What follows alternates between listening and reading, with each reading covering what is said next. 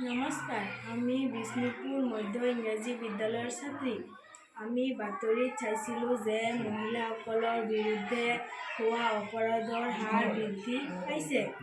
মহিলাসকলে কৰ্মস্থলী, ঘৰ, ৰাজহুৱা স্থান আদিত বহুতো অসুবিধাৰ সন্মুখীন হ'ব লগা হয়। মই বিচাৰোঁ যে এই সমস্যাৰ সমাধান হওক। তাৰ বাবে মই ভাবোঁ যে এনেকুৱা এটা কলম বনাব লাগে যে তাত video' recording, flash light, alarm, GPS, জলকীয়া স্পিড ইত্যাদি ব্যৱস্থা থাকে।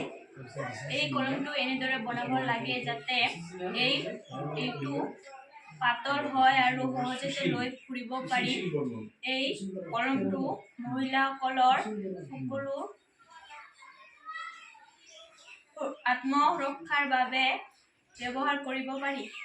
এই কলমটোৰ সহায়ত আমি নিজকে সুৰক্ষিত কৰিব পাৰিম বা কোনোবাৰ পৰা সহায় বিচাৰিব পাৰিম।